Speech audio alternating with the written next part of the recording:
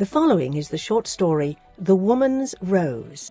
I have an old brown carved box. The lid is broken and tied with a string. In it I keep little squares of paper with hair inside and a little picture which hung over my brother's bed when we were children, and other things as small. I have in it a rose. Other women also have such boxes where they keep such trifles, but no one has my rose.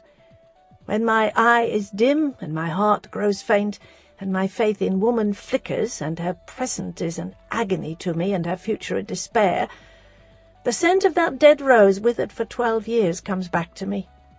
I know there will be spring, as surely as the birds know it when they see above the snow 2 tiny quivering green leaves. Spring cannot fail us. There were other flowers in the box once, a bunch of white acacia flowers gathered by the strong hand of a man as we passed down a village street on a sultry afternoon when it had rained and the drops fell on us from the leaves of the acacia trees. The flowers were damp.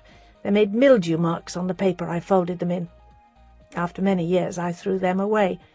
There is nothing of them left in the box now but a faint, strong smell of dried acacia that recalls that sultry summer afternoon. But the rose is in the box still. It is many years ago now. I was a girl of 15, and I went to visit in a small up-country town. It was young in those days, and a 2 days' journey from the nearest village. The population consisted mainly of men. A few were married and had their wives and children, but most were single. There was only one young girl there when I came.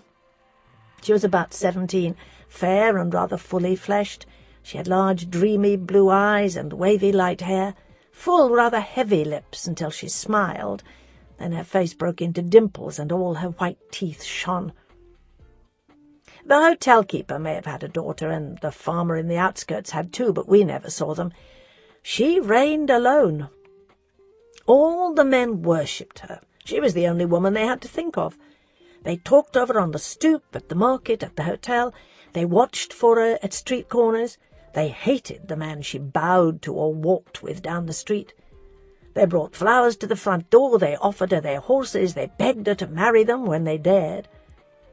Partly there was something noble and heroic in this devotion of men to the best woman they knew. Partly there was something natural in it, that these men, shut off from the world, should pour at the feet of one woman the worship that otherwise would have been given to 20. And partly there was something mean in their envy of one another. If she'd raised her little finger, I suppose she might have married any one out of 20 of them. Then I came. I do not think I was prettier. I do not think I was so pretty as she was. I was certainly not as handsome.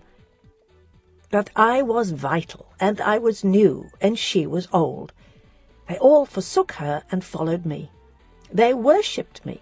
It was to my door that the flowers came. It was I had 20 horses offered me when I could only ride one. It was for me they waited at street corners. It was what I said and did that they talked of. Partly I liked it. I'd lived alone all my life. No one ever had told me I was beautiful and a woman. I believed them. I did not know it was simply a fashion which one man had set and the rest followed unreasoningly. I liked them to ask me to marry them and to say no. I despised them. The mother heart had not swelled in me yet. I did not know all men were my children, as the large woman knows when her heart is grown. I was too small to be tender. I liked my power. I was like a child with a new whip, which it goes about cracking everywhere, not caring against what. I could not wind it up and put it away. Men were curious creatures who liked me. I could never tell why. Only one thing took from my pleasure. I could not bear that they deserted her for me. I liked her great dreamy blue eyes. I liked her slow walk and drawl. When I saw her sitting among men, she seemed to me much too good to be among them. I would have given all their compliments if she would once have smiled at me as she smiled at them, with all her face breaking into radiance, with her dimples and flashing teeth. But I knew it never could be. I felt sure she hated me, that she wished I was dead, that she wished I had never come to the village. She did not know when we went out riding, and a man who had always ridden beside her came to ride beside me, that I sent him away. that once, when a man sought to win my favour by ridiculing her slow drawl before me, I turned on him so fiercely that he never dared come before me again. I knew, she knew, that at the hotel men had made a bet as to which was the prettier, she or I, and had asked each man who came in, and that the one who had staked on me won. I hated them for it, but I would not let her see that I cared about what she felt towards me. She and I never spoke to each other. If we met in the village street, we bowed and passed on. When we shook hands, we did so silently and did not look at each other. But I thought she felt my presence in a room just as I felt hers. At last the time for my going came. I was to leave the next day. Someone I knew gave a party in my honour, to which all the village was invited. It was midwinter. There was nothing in the gardens but a few dahlias and chrysanthemums, and I suppose that for 200 miles round there was not a rose to be bought for love or money. Only in the garden of a friend of mine, in a sunny corner between the oven and the brick wall, there was a rose tree growing which had on it one bud. It was white, and it had been promised to the fair-haired girl to wear at the party. The evening came. When I arrived and went to the waiting-room to take off my mantle, I found the girl there already.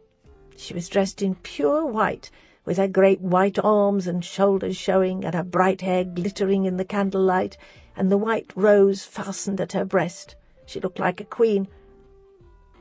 I said good evening, and turned away quickly to the glass to arrange my old black scarf across my old black dress.